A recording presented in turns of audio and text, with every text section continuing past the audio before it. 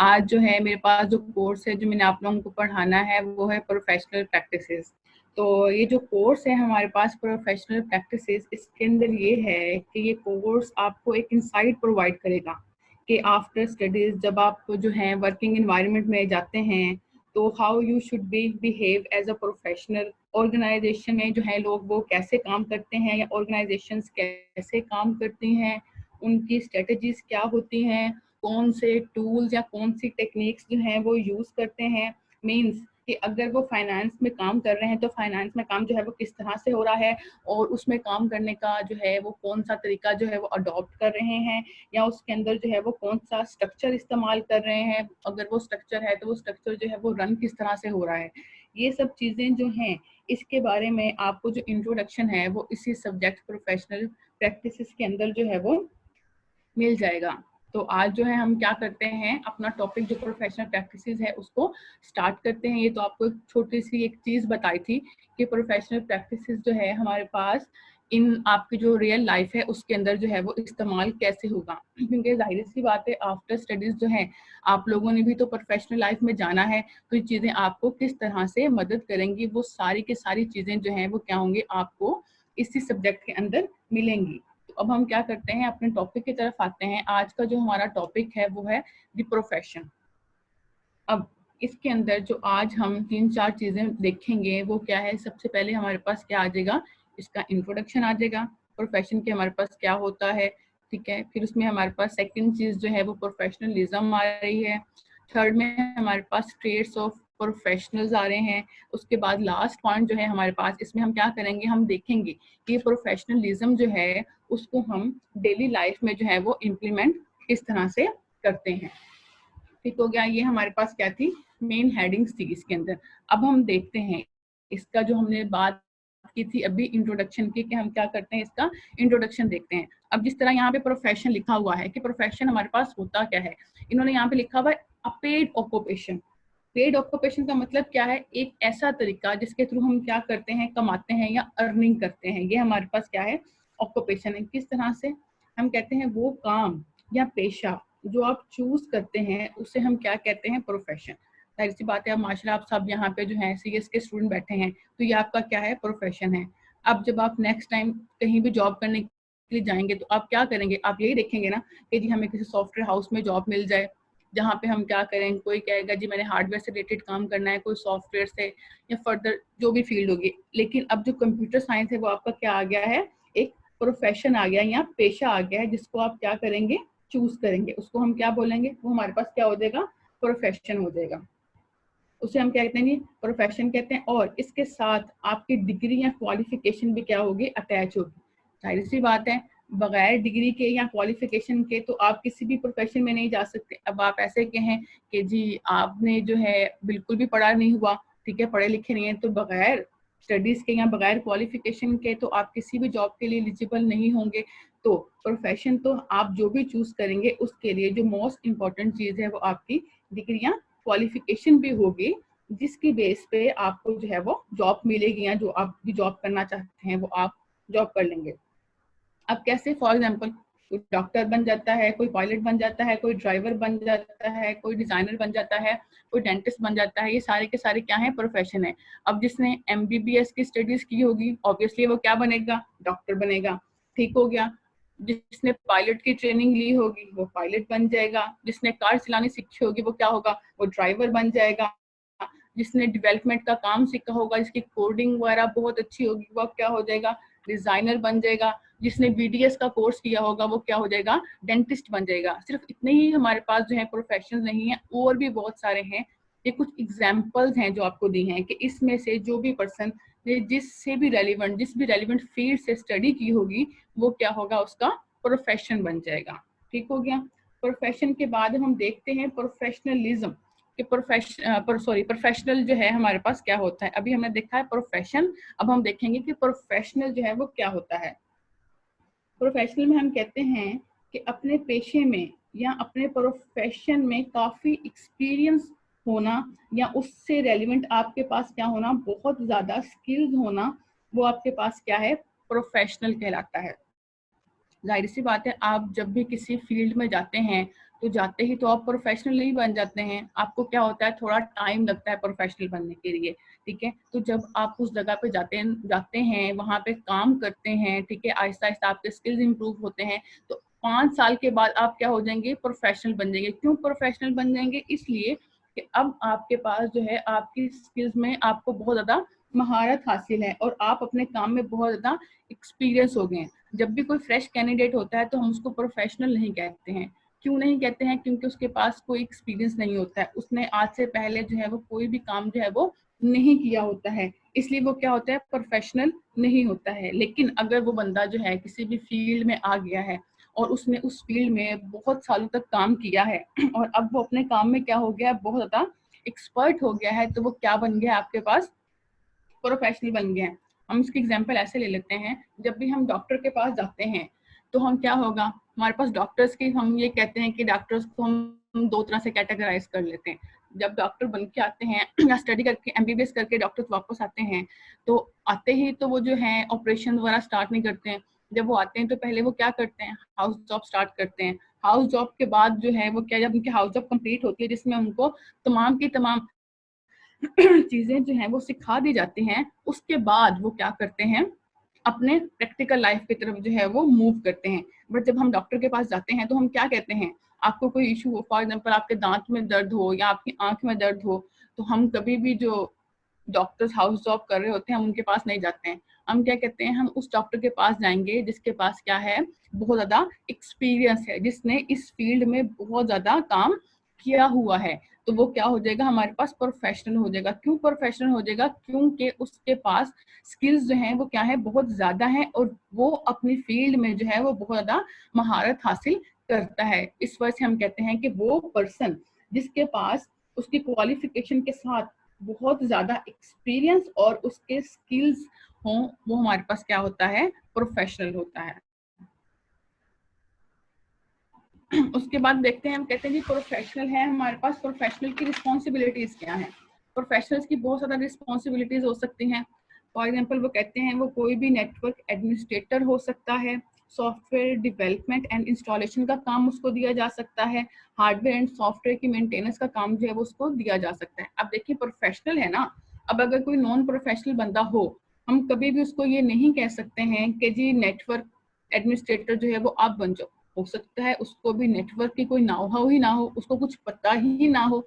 अब वो क्या है, प्रोफेशनल है, उसने इस फील्ड में काम किया हुआ है, उसको पता है। अब आपने कभी एड्स देखी हो, जॉब्स की एड आती है हमारे पास, तो अगर कोई लिखा हो नेटवर्क एडमिनिस्ट्रेटर रिक्वायर्ड है, तो वहां पे वो मिनिमम जो है एक्सपीरियंस लिखते हैं, 5 to 10 years एक्सपीरियंस क्या है उसका कंपल्सरी है। वो क्यों लिखते हैं, इसलिए लिखते हैं कि बंदा प्रोफेशनल होगा तो उसे सिखाना नहीं पड़ेगा, उसको सारी चीजें क्या होती हैं पहले से पता होंगी। इस वजह से फिर वो क्या होती है, वो प्रोफेशनल की रिस्पॉन्सिबिलिटीज बन जाती हैं कि हो सकता है उसको जो है किसी नेटवर्क एडमिनिस्ट्रेटर बना दिया जाए, हो सकता है उससे सॉफ्टवेयर को डिवेलप करवाया जाए और उनकी इंस्टॉलेशन भी करवाया जाए, या हार्डवेयर और सॉफ्टवेयर को किस किस तरह से मेंटेन करना है, ये सारे काम सिखाए जाएं। अब अगर बंदा प्रोफेशनल होगा तो सारी चीजें सिखाने की हमें जरूरत नहीं पड़ेगी। लेकिन अगर बंदा प्रोफेशनल ना हो, अनट्रेंड बंदा हो, तो पहले क्या होगा, उसको हमें काम सिखाना पड़ेगा और काम सिखाने के बाद फिर क्या होगा, उसको प्रोफेशनल बनाना पड़ेगा। लेकिन अगर हमारे पास ऐसा बंदा हो जिसके पास पहले से ही सारे स्किल्स हों, तो ये सारी चीजें जो है हमें उसको सिखाने की जो है वो जरूरत नहीं पड़ेगी। हो सकता है कोई एक आधी चीज जो है उसे बताने की जरूरत पड़े, बट सारी नहीं। तो हमारे पास प्रोफेशनल की रिस्पॉन्सिबिलिटीज यही हैं कि उसके पास जो भी उसको काम, हमारे पास कंप्यूटर साइंस की इरा में उसको जो भी काम दिया जाएगा वो क्या करेगा, उसको बखूबी जो है वो सर अंजाम दे देगा। यहाँ पे जो लिखा है ना, but these are not enough, इसका मतलब है कि सिर्फ यही नहीं, इसके अलावा और भी बहुत सारी चीजें जो है वो इसके अंदर शामिल हो सकती हैं। ये कुछ 2 से 3 मेजर पॉइंट्स थे जो आपको बताए हैं कि हमारे पास जो है प्रोफेशनल की रिस्पॉन्सिबिलिटीज के अंदर ये चीजें हो सकती हैं। इसके अलावा भी हमारे पास जो है वो बहुत सारी चीजें हो सकती हैं, लेकिन मेजर थिंग्स थी जो आपको क्या कर दिया गया है, बता दिया गया है।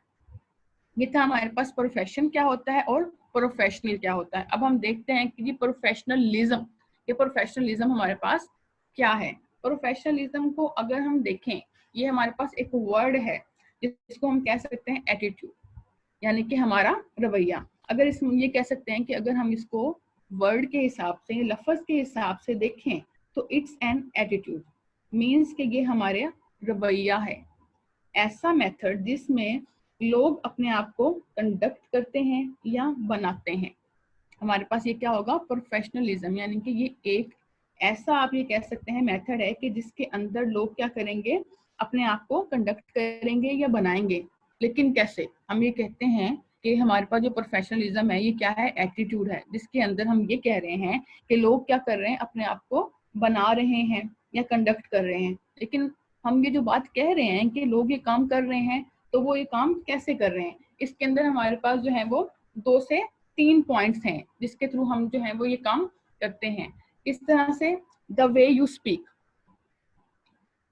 इसका क्या मतलब हुआ कि ऐसा तरीका, जिस तरह ये कह सकते हैं द वे यू स्पीक, कि आप किस तरह दूसरे लोगों के साथ जो है वो बात कर रहे हैं। वो आपके पास क्या हो गया, एक ये बात हो गई। दूसरी बात द वे यू ड्रेस, कि आप जो है वो ड्रेसअप किस तरह से होके आए हैं या किस तरह से होते हैं। The way you are organize, ऐसा तरीका जिसमें आप चीजों को किस तरह से ऑर्गेनाइज करते हैं। यानी कि आप ये कह सकते हैं कि किस तरह आप अपने काम को कर रहे हो। How you will manage your task, कि आप अपने टास्क को किस तरह से मैनेज कर रहे हो।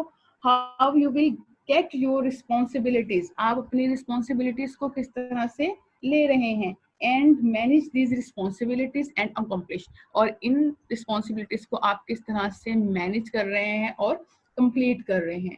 दीज रिस्पॉन्सिबिलिटीज, ठीक है, इन रिस्पॉन्सिबिलिटीज को आपने जो है वो किस तरह से लिया, उनको किस तरह से हैंडल किया और किस तरह से कंप्लीट किया, ये भी आपके पास क्या है, प्रोफेशनलिज्म है। आप ये भी कह सकते हैं कि प्रोफेशनलिज्म ये है कि इंसान कैसे अपने आप को कंस्ट्रक्ट करता है, किस तरह अपनी पर्सनैलिटी को अट्रैक्टिव बनाता है, कि उसके बोलने का अंदाज, उसकी ड्रेसिंग की सेंस और उसका किसी काम को ऑर्गेनाइज करना, अपनी टीम के लिए मेंटेन करना, ये सब जो है वो क्या होता है, हमारे पास प्रोफेशनलिज्म के अंदर आता है। ठीक हो गया। अब प्रोफेशनलिज्म के बाद हमने पहले भी बात की थी कि हमारे पास क्या है, प्रोफेशनलिज्म के बाद हमने कहा था हम इसके ट्रेड्स देख लेते हैं कि हमारे पास जो प्रोफेशन के ट्रेड्स हैं वो क्या हैं। आप कोई भी प्रोफेशन ले लें, ये सिर्फ किसी एक प्रोफेशन के लिए जो है वो स्पेसिफिक नहीं है, हम ये बात जो है वो ओवरऑल बात कर रहे हैं तमाम प्रोफेशंस की। आप कोई भी प्रोफेशन ले लें, उन सब प्रोफेशंस के अंदर ये 4 चीजें जो है वो कंपलसरी होती हैं कि होती ही होती हैं। ठीक है, अब हमारे पास हम ट्रेड्स देख रहे हैं प्रोफेशन के। ठीक है, अब हमारे पास क्या है, कोई भी प्रोफेशन है उसमें ये 4 ट्रेड्स हमारे पास क्या है, होते हैं।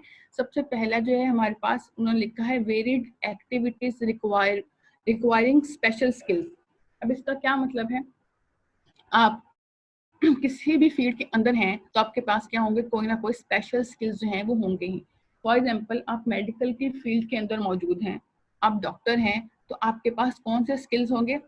पहली बात हम ये कह सकते हैं कि डॉक्टर है तो वो क्या करेगा, वो सर्जरी कर सकता है।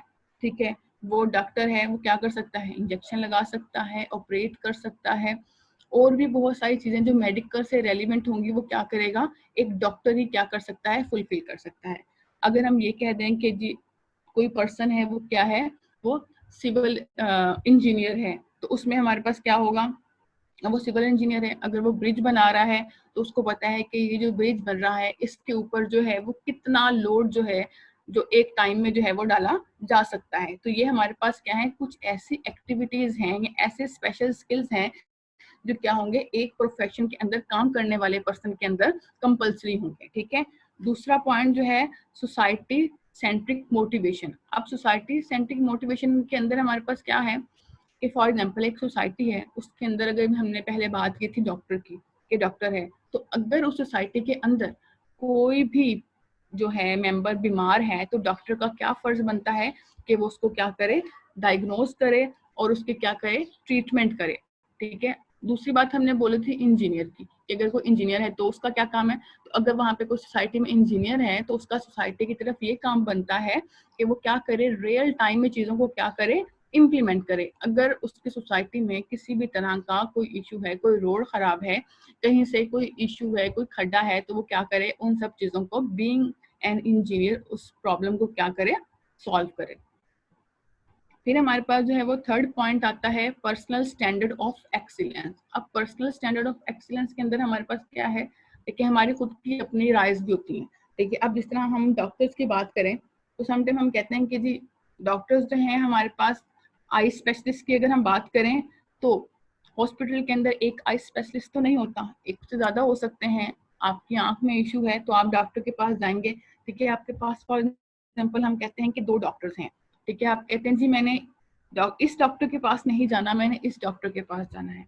आपने ये जो कहा कि इसके पास नहीं जाना है उसके पास जाना है, किस बेसिस पे कहा? उनके पर्सनल स्टैंडर्ड्स की वजह से कहा।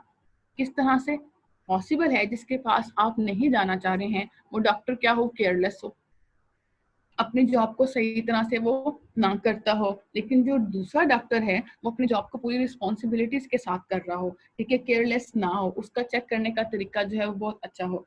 इसमें हम ये भी कह सकते हैं कि समटाइम ऐसा होता है कि डॉक्टर्स जो हैं वो पेशेंट्स को किस तरह ट्रीट करते हैं। एक डॉक्टर जो है वो बहुत ही पोलाइटली जो है वो पेशेंट्स के साथ डील कर रहा है, ठीक है। और दूसरा डॉक्टर, ये नहीं कह रहे हैं कि उसके पास स्किल्स नहीं है, सब कुछ है, लेकिन दूसरे डॉक्टर का जो वे ऑफ टॉकिंग है पेशेंट्स की तरफ, वो जो है उसका बिहेवियर है वो क्या है, अच्छा नहीं है, ठीक है। तो फिर क्या होगा, जितने भी पेशेंट्स होंगे वो क्या प्रेफर करेंगे कि हम क्या करें, दूसरे डॉक्टर के पास जाएं जो पेशेंट्स के साथ जो है बहुत अच्छे से डील करता है। समटाइम ऐसा होता है कि डॉक्टर्स अगर पेशेंट्स के साथ अच्छे से बात कर लें तो हम ये कहते हैं कि पेशेंट जो है वो 50% वैसे ही रिकवर हो जाता है, ठीक है। तो ये भी इंसान की साइकी ही होती है कि अगर उसके साथ बहुत अच्छे से ट्रीट किया जाए तो हम क्या करेंगे, उसी के पास जाएंगे, ठीक है। वो डॉक्टर है, आपको बहुत अच्छे से क्या कर रहा है, ट्रीट कर रहा है, आप उसके पास चले गए। अब आपने यहाँ पे क्या है, अपनी एक पर्सनल राय बना ली है डॉक्टर्स के बारे में कि ये डॉक्टर क्या है, अच्छा है, मैंने इसके पास जाना है और इसके पास नहीं जाना है। तो ये चीजें हमारे पास क्या आ जाती हैं, पर्सनल स्टैंडर्ड ऑफ एक्सीलेंस के अंदर आ जाती हैं, ठीक हो गया। अब उसके बाद जो हमारे पास फोर्थ पॉइंट है वो है गिविंग बैक टू सोसाइटी।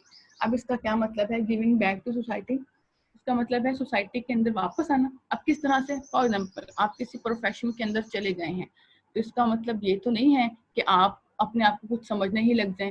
अब कैसे, अगर डॉक्टर है, एक डॉक्टर सिंगल, यानी कि सिंगल पर्सन अपने आप में कुछ भी नहीं होता है। हम जो कुछ भी होते हैं वो क्या होते हैं, बहुत सारे लोगों की वजह से, अपनी सोसाइटी की वजह से होते हैं। तो ऐसा नहीं है कि डॉक्टर बनने के बाद या इंजीनियर बनने के बाद आप ये कह दें कि मैं अकेला हूँ और मैं अकेला ही ये सब कुछ कर लूंगा। ऐसा कभी भी नहीं होता है। आपको क्या होता है, आपकी सोसाइटी की जरूरत पड़ती ही पड़ती है, क्योंकि हम जो हैं सिंगल जो है वो हम क्या है, कुछ भी नहीं है। हमारे पास क्या होनी चाहिए, पूरी की पूरी यूनिटी होनी चाहिए, जिसके थ्रू हम क्या कर सकते हैं, अपने काम को बहुत ही आराम के साथ जो है वो कर सकते हैं। इसलिए हम कहते हैं कि गिविंग बैक टू सोसाइटी। उसके बाद हमारे पास जो है कि अ प्रोफेशनल बिहेव्स एथिकली, कि एक जो प्रोफेशनल है वो किस तरह से एथिकली बिहेव करता है। अब इसमें लिखा हुआ है कि ethics means something more than law and morals, ठीक है। अब ये क्या है हमारे पास, उसने यहाँ पे 3 चीजें जो है या टर्म्स जो है उसने इसको क्या किया हुआ है, कोटेड किया हुआ है, law, moral and rightness. Ethics में हम ये कहते हैं कि जो एथिक्स है वो क्या है, थोड़ा ज्यादा है किससे, लॉ मोरल से, ठीक है। अब हम पहले ये देखते हैं कि हमारे पास लॉ क्या है, मोरल क्या है एंड राइटनेस क्या है। लॉ, अगर हम लॉ को देखें तो लॉ क्या है, कानून है ना। कैसा कानून, जिसको किसने बनाया है हमारी गवर्नमेंट ने बनाए। गवर्नमेंट ने लॉज क्यों बनाए हैं, ताकि लोग जो हैं उनको तोड़े ना, कानूनों को तोड़े ना, उनको हम क्या करें, फॉलो करें। इस तरह से, इस तरह हम कहते हैं कि जो ट्रैफिक है, अगर हम बाहर निकलते हैं और वहां पे हमारे पास ट्रैफिक पे क्या है, सिग्नल्स लगे हुए हैं, रेड ग्रीन ब्लू। जैसे ही सिग्नल क्या होता है, रेड होता है, उसका क्या मतलब है कि आपने क्या करना है, वहां पे रुक जाना है। आप वहां पे क्यों रुक रहे हैं, क्योंकि ये क्या है, हमारे मुल्क का लॉ है कि जैसे ही ट्रैफिक का सिग्नल रेड होगा आपने क्या होना है, वहीं पे स्टॉप कर जाना है, ठीक हो गया। फिर समटाइम आपने देखा होगा वो प्रॉपर्टीज होती हैं, ठीक है। प्रॉपर्टी पे लिखा होता है कि ये प्रॉपर्टी जो है इस पर्सन को क्या कर रही है, बिलोंग कर रही है, आप उस पर नाजायज कब्जा नहीं कर सकते हैं। अगर करते हैं तो क्या होता है, फिर फर्दर जो है केसेस चलते हैं। तो ये सारे की सारी चीजें हमारे पास क्या है, लॉ एंड ऑर्डर हैं, जो क्या होती है हमारी गवर्नमेंट जो है वो पास करती है। या फिर ये जिस तरह हमारे पास यहाँ भावनगर में तो नहीं, लेकिन वो इसका हम ये लाहौर की बात करें तो वहां पे क्या होता है, ई चलान कटता है। अब वो ई चलान कैसे कट रहा है, अगर किसी ने वहां पे एक स्पीड जो है वो फिक्स की होती है कि इस जगह से आपने इतनी स्पीड पे जो है यहाँ से क्या करना है, क्रॉस करना है। अगर आप अपनी स्पीड वहां से क्या कर लेते हो, इंक्रीज कर लेते हो, तो वो चलान क्या होता है, आपके घर आ जाते हैं। वो चलान क्यों आपके घर आता है, क्यों, क्योंकि आपने क्या किया है, लॉ को तोड़ा है। ठीक हो गया। फिर हम बात करते हैं मोरल्स की। मोरल क्या होता है हमारे पास, इखलाक। अब अगर हम देखें, हमने कहा जी जो लॉ है वो कौन बना रहा है, हमने कहा गवर्नमेंट बनाती है, ठीक है, जिसको हम नहीं तोड़ सकते हैं। तो फिर मॉरल्स जो हैं वो कौन डिफाइन करता है, मॉरल्स हम ये कह सकते हैं कौन डिफाइन करता है, हमारी सोसाइटी डिफाइन कर रही है, हमारा मजहब डिफाइन करता है, हमारे घर वाले हमें बताते हैं कैसे। हमें सिखाया जाता है कि आपने जो है बड़ों के साथ ऊंची आवाज में बात नहीं करनी, उनके साथ बदतमीजी नहीं करनी, छोटों के साथ जो है वो शफकत के साथ पेश आना है। ठीक है, अगर आपको बाहर कोई बुजुर्ग मिलता है तो आपने उसकी जो है वो हेल्प करनी है, उसके साथ बदतमीजी नहीं करनी है, किसी का मजाक नहीं उड़ाना है। ये सारे क्या है, हमारे पास मॉरल्स हैं जो हमें कौन सिखाता है, हमारी सोसाइटी सिखाती है या हमारा मजहब सिखाता है। ठीक हो गया। राइटनेस का मतलब क्या है कि हर काम को, अब हमें पता राइटनेस का मतलब क्या है, एक राइट टाइम पे जो है वो काम को करना। अब इस 3 चीजें हैं एथिक्स के अंदर हमारे पास जो है आ रही है। अब हम तीनों चीजों को जो है वो एक एग्जाम्पल के साथ देख लेते हैं। हम कहते हैं कि फॉर एग्जाम्पल आप किसी बैंक में गए हैं, ठीक है, बैंक में आपने, आपके पास कोई बिल है आपने जमा करवाना है, या कोई आपने, ये भी पॉसिबल है कोई चेक है जो आपने कैश करवाना है, वहां पे एक बहुत लंबी सारी जो है वो लाइन लगी हुई है। अब आपका क्या काम है अकॉर्डिंग टू लॉ, अगर देखें आपका काम क्या है कि जो लाइन लगी हुई है आपने क्या करना है, उस लाइन के अंदर खड़े होना है। जब आपकी बारी आएगी तो आपने क्या करना है, बिल जमा करवाना तो बिल जमा करवाना, चाहे कैश करवाना, डिपॉजिट करवाना है, सब जो भी आप काम करवाने बैंक गए हैं आप क्या कर सकते हैं वो काम कर लें।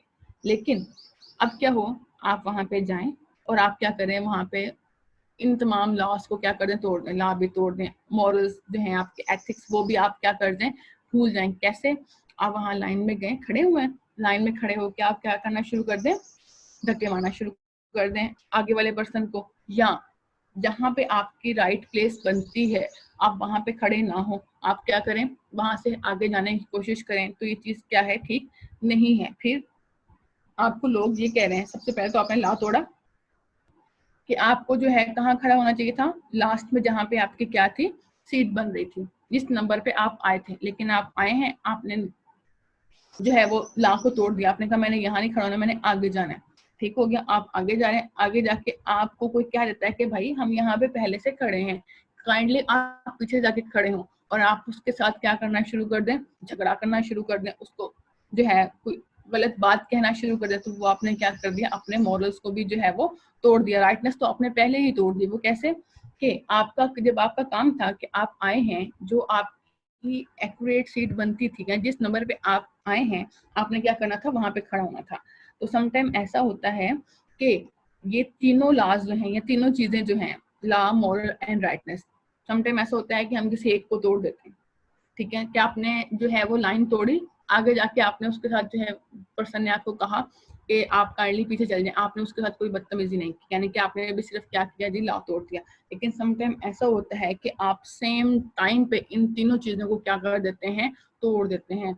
राइट काम था आपका कि लाइन में आप वहां खड़े होते जहां पे आपकी राइट प्लेस बनती थी, आप वहां पे खड़े नहीं हुए, आपने क्या किया, लोगों को धक्के दिए, आगे गए, ला तोड़ दिया, आगे गए हैं। फिर क्या हुआ, आपकी एक दो लोगों के साथ क्या हो गई, बहस हो गई। क्यों बहस हुई, क्योंकि उन्होंने आपको ये कह दिया कि आप उस जगह पे जाके खड़े हों जो आपकी राइट प्लेस बनती है। तो आपने उनके साथ क्या कर दी, बहस शुरू कर दी, उनके साथ ऊंची आवाज में बात की, या उनको कुछ उल्टा सीधा कह दिया, तो आपने क्या कर दिया, मॉरल्स भी तोड़ दिए। तो पॉसिबल है कि तीनों चीजें जो हैं वो एक साथ भी ब्रेक हो जाएं, और समटाइम ऐसा भी होता है कि वन बाय वन जो है वो ये ब्रेक हो सकती हैं। ठीक हो गया। अब उसके बाद जो है हम देख लेते हैं ट्रेड्स ऑफ प्रोफेशनल्स। अभी जो पीछे हमने देखे थे, अभी आप लोग कहेंगे कि ट्रेड्स तो अभी भी हमने पढ़े हैं, तो अब ये कौन से ट्रेड्स आ गए। अभी जो हमने ट्रेड्स पढ़े थे देखिएगा वो थे प्रोफेशन के, ये देखिए ये ट्रेड्स थे प्रोफेशन के। अब जो ट्रेड्स हम पढ़ रहे हैं वो ट्रेड्स कौन से हैं, प्रोफेशनल से हैं। दो बातें हैं वो आपने लाजमी याद रखनी है, प्रोफेशन अलग है और प्रोफेशनल जो है वो अलग है। पहले हमने ट्रेड्स पढ़े थे प्रोफेशन के, अब जो ट्रेड्स हम देखने जा रहे हैं वो ट्रेड्स हमारे पास किसके हैं, प्रोफेशनल के हैं। अब हम क्या करते हैं, एक एक करके जो है वो इन ट्रेट्स को देख लेते हैं कि ये ट्रेट्स जो हैं हमारे पास क्या है। ट्रेट नंबर 1 ऑफ प्रोफेशनल, ये हमारे पास क्या है, सीरियसनेस। इसमें हम ये कहते हैं सीरियसनेस में हमारे पास क्या होता है कि job is only a job, कि आपकी जो जॉब है वो एक जॉब ही है, मीन्स टू एंड। यानी कि क्या मतलब हुआ उसका, कि वो अपने जॉब के बारे में हमेशा क्या रहेगा, सीरियस रहेगा, उसको कभी भी जो है वो इग्नोर नहीं करेगा। उसकी जो भी रिस्पॉन्सिबिलिटीज बनती हैं अपने जॉब से रेलिवेंट, उसका काम है कि वो क्या करे, उन सबको फुलफिल करे। ऐसा ना हो कि अब देखें उसको जो है, आप कोई जॉब कर रहे हैं, आपको कोई टास्क दिया जाता है कि ये काम है, आपने इस काम को कंप्लीट करना है, लेकिन क्या है आप उस काम के बारे में सीरियस ही नहीं है, आप उस चीज को जो है वो सीरियस ही नहीं ले रहे हैं, तो ये क्या है, आपकी एक बहुत ही गलत हरकत है। क्यों? क्योंकि जब आप प्रोफेशनल लाइफ में आ जाते हैं तो इट्स योर रिस्पॉन्सिबिलिटी कि आपने उस टास्क को या उस जॉब को क्या करना है, कंप्लीट करना है। ठीक है, इसलिए कहते हैं कि जब हम प्रोफेशनल की जो ट्रेड्स हैं उसमें सबसे पहला ट्रेड ही यही है कि सीरियस होना, इसके बारे में, अपने जॉब के बारे में सीरियस होना। आप कभी भी इसके अंदर जो है वो केयरलेस नहीं हो सकते हैं। जो भी आपके टास्क हैं, जो भी आपकी ड्यूटीज हैं, आपने क्या करना है, उनको ऑन टाइम जो है वो कंप्लीट करना है। ऐसा नहीं करना कि जी ठीक है कर दूंगा, आज कर लूंगा, कल कर लूंगा, आज कर लूंगी, कल कर लूंगी, अभी टाइम नहीं है। नहीं, ये क्या है, it's a part of your job, ये आपके जॉब का हिस्सा है और आपने उसको क्या करना है, हर हालत में कंप्लीट करना है। इसलिए आपको इसके बारे में क्या है, सीरियस होना ही है। ठीक, ट्रेट नंबर 2 इसमें हमारे पास जो है trait number 2 of a professional, ये क्या है, वांटिंग टू डू बेटर, क्या करना, अपने आप को बेहतर बनाना। कैसे? हमारे पास रोज एक नया दिन होता है, ठीक है, और जो प्रोफेशनल्स होते हैं ना, उनकी हर रोज आप ये कह दें कि यही विश होती है कि उनका जो नेक्स्ट डे होता है ना, वो प्रीवियस डे से क्या हो, बेटर हो। कैसे? वो अपने आप को क्या करते हैं, इम्प्रूव करने की कोशिश करते रहते हैं हर रोज हर दिन।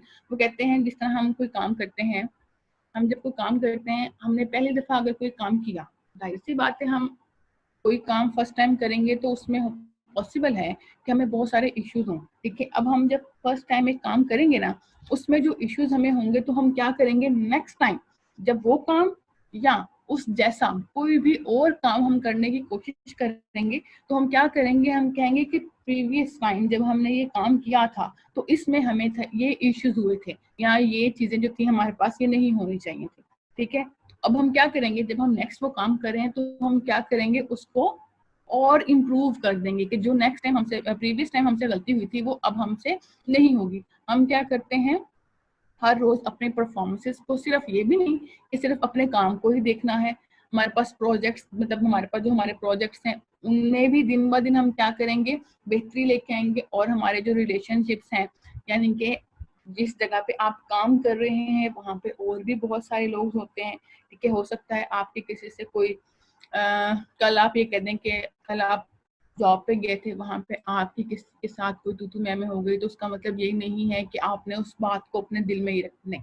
नेक्स्ट डे जाते हैं तो ऐसे जाना है कि आप हर चीज को जो है वो बिल्कुल भूल गए हैं और एक जो है वो फ्रेश स्टार्ट जो है आप ले रहे हैं। तो डेफिनेटली आप किसी भी जगह पे काम करते हैं तो वहां पे समटाइम ऐसा होता है कि कुछ अनएक्सपेक्टेड थिंग्स जो है वो हो जाती हैं। अब हर चीज तो जो है वो बताकर नहीं होती, समटाइम ऐसा भी होता है कि कुछ काम ऐसे हो जाते हैं कि आपको पता भी नहीं चलता। कैसे? फॉर एग्जाम्पल, आपका जो है, आपकी किसी सब ऑर्डिनेट के साथ आपका कोई झगड़ा हो जाए, या किसी बात पे जो है आप लोगों की बहस हो जाए, इस तरह की चीजें जो है हमारे पास क्या होती हैं, अनएक्सपेक्टेड होती हैं। अब आपने यहाँ पे क्या करना है, आपने उन चीजों को डील कैसे करना है। आप प्रोफेशनल हैं। अब जब हम यहाँ पे प्रोफेशनल्स की बात करते हैं तो इसमें सबसे इम्पोर्टेंट चीज तो ये होनी चाहिए कि आपको अपनी फीलिंग्स जो है वो उसके अंदर नहीं लेके आनी चाहिए।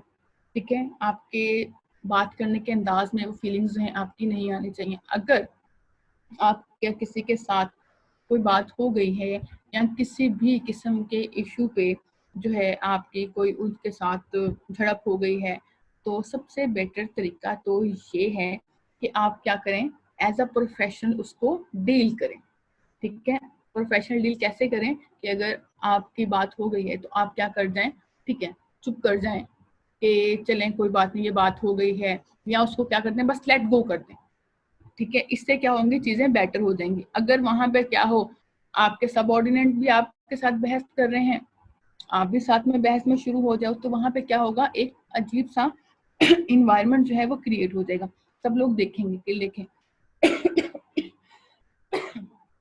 ये लोग इतने प्रोफेशनल होके जो है वो किस तरह से एक दूसरे के साथ बात कर रहे हैं। तो यहाँ पे हम ये कहते हैं कि ट्रू प्रोफेशनल की एक अच्छी बात ये भी होती है कि अगर सडनली कोई बात इस तरह की जो है वो हो जाए, तो वो क्या करता है, चीजों को बहुत ही अच्छे तरीके से जो है वो डील कर लेता है। वो क्या करेगा, बात को ज्यादा बढ़ने नहीं देगा, जो भी बात होगी उसको पॉजिटिव वे में लेगा, अपनी फीलिंग्स को जो है नहीं आने देगा, और चीजों को क्या कर देगा, लेट गो कर देगा। ये हमारे पास क्या होती है, एक अच्छे प्रोफेशनल की जो है वो हैबिट होती है। नेक्स्ट जो है, अब हम देखते हैं trait number 4 of a professional. ये हमारे पास क्या है, कम्युनिकेशन स्किल्स। कम्युनिकेशन स्किल्स का आपने जो है वो कोर्स भी पढ़ा हुआ है। तो कम्युनिकेशन स्किल सिर्फ हम ये नहीं कहते कि सिर्फ प्रोफेशनल लाइफ में, हर जगह पे आपके पास जो आपके कम्युनिकेशन स्किल्स हैं वो बहुत ज़्यादा इम्पोर्टेंट रखते हैं, ठीक है। अब इसके अंदर जो हम कम्युनिकेशन स्किल्स की बात कर रहे हैं, हमारे पास यहाँ पे जो है वो 3 मेजर पॉइंट्स हैं। पॉइंट नंबर 1 यहाँ लिखा हुआ है क्लियर, सेकेंड कॉन्साइज, थर्ड जो है हमारे पास कॉन्फिडेंट। अब इन तीनों का क्या मतलब है, मतलब ये है कि एज अ प्रोफेशनल आपने अपने सब ऑर्डिनेट से कोई काम करवाना है, आप उन्हें कोई बात बता रहे हैं, तो वो बात क्या होनी चाहिए, बिल्कुल क्लियर होनी चाहिए। जो भी काम आपने उनसे करवाना है वो काम बहुत ज्यादा क्लियर होना चाहिए, नहीं कि साफ साफ अल्फाज में आप क्या करेंगे, उसको बता देंगे कि आपने ये काम करना है, ठीक हो गया। कोई भी एम्बिगिटी नहीं आनी चाहिए। अब कंप्यूटर साइंस के मास्टर स्टूडेंट्स बैठे हुए हैं, आप लोगों को पता है कि अगर हमारे पास कोई हम काम कर रहे हो, हमारे पास कोई प्रोजेक्ट हो, अगर उसके अंदर एम्बिगिटी आ जाए तो हमें कितना ज्यादा इश्यू हो जाता है। समटाइम कुछ वर्ड्स ऐसे होते हैं जिनके दो तरह के मतलब निकल रहे होते हैं, यानी कि बात क्लियर नहीं हो रही होती है कि इस सेंस में कहा या उस सेंस में कहा। और पॉसिबल है कि ऑन द स्पॉट जब आप किसी को, अपने सब ऑर्डिनेंट को वो टास्क बता रहे हो, तो उसके माइंड में वो बात ना आई हो बाद में आई हो, उसने आपसे पूछी ना हो, जो काम आप करवाना चाहते थे उससे वो उलट कर दे। इसलिए कहते हैं कि आपके कम्युनिकेशन स्किल्स क्या होने चाहिए, बहुत ही क्लियर होने चाहिए। जब आपने अपने सबऑर्डिनेट से कोई काम करवाना है या किसी से भी कोई काम करवाना है, तो आपने जो स्टेटमेंट देनी है या जो भी बात कहनी है वो बिल्कुल क्लियर होनी चाहिए। उसके अंदर किसी भी किस्म का कोई भी 1% भी डाउट जो है वो नहीं रहना चाहिए, ठीक हो गया। उसके बाद कंसाइज। कंसाइज का मतलब क्या है कि आपने जो बात बतानी है ना उसको एक कंसाइज यानी कि एक शॉर्ट वे में इस तरह से बताएं कि आप उसको बात भी बता दें और सारी भी ज्यादा लंबी भी ना करें। कंसाइज का मतलब होता है शॉर्ट टर्म में। अब ऐसा ना हो कि आप उसे बात बता रहे हैं और आप उसको इतना एक्सटेंड कर दें, इतना एक्सटेंड कर दें या इतना फैला दें कि उसके पल्ले में कोई बात पड़े ही ना। तो आपने क्या करना है कि जब आपने अपनी बात बतानी है तो इस तरह से बतानी है कि वो इजीली क्या करे, उसको समझ आए, बात क्या हो, कंसाइज भी हो और नेक्स्ट पर्सन जो है वो क्या करे, उसको अंडरस्टैंड भी कर दे। ऐसा ना हो कि आप उसको इतनी लंबी बात बता रहे हैं और उस लंबी बात के अंदर जो मेन बात थी वो उसे क्या हो, सही से अंडरस्टैंड भी ना हो। इसलिए क्या कहेगा, बात क्या करेगा, पूरी भी बताएगा और उसको आधा फैलाएगा भी, इसको एक कंसाइज वे में।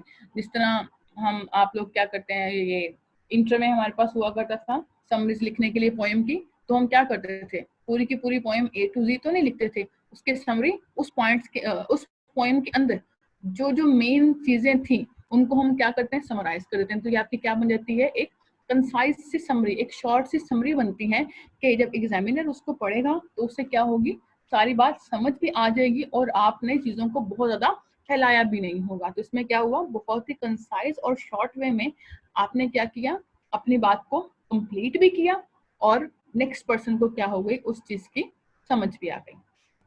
थर्ड पॉइंट इसके अंदर जो है वो क्या है, कॉन्फिडेंट। लेकिन कॉन्फिडेंस आपको पता है कि ये जो है बहुत ज्यादा इम्पोर्टेंट है। अगर कॉन्फिडेंस कॉन्फिडेंस ना हो तो इंसान के अंदर जो है वो कुछ भी नहीं है। अगर किसी के अंदर लैक ऑफ कॉन्फिडेंस हो तो क्या होगा, उसके अंदर जो उसके स्किल्स हैं वो क्या हो जाएंगे हमारे पास, हम ये कह सकते हैं कि वो प्राइमरी लेवल पे चले जाएंगे। अब एक पर्सन है, उसके पास स्किल्स तो बहुत हैं, पॉसिबल है एक पर्सन है उसके पास स्किल्स बहुत हैं लेकिन उसके पास कॉन्फिडेंस नहीं है कि वो उन स्किल्स को जो है वो क्या करे, लोगों के साथ शेयर करे। तो फिर ऐसे स्किल्स का क्या फायदा कि आप अपने स्किल्स को जो है वो लोगों तक बता ही नहीं सकते। क्यों? क्योंकि आपके अंदर जो है वो क्या है, कॉन्फिडेंस की कमी है। और आपको ये भी पता होगा कि अगर कॉन्फिडेंस की कमी हो तो आप किसी भी प्रोफेशन के अंदर नहीं जा सकते हैं, क्योंकि जब भी आप किसी भी प्रोफेशन को चूज करते हैं तो आपका कॉन्फिडेंस भी देखा जाता है कि क्या आप इस काम को कर सकते हैं।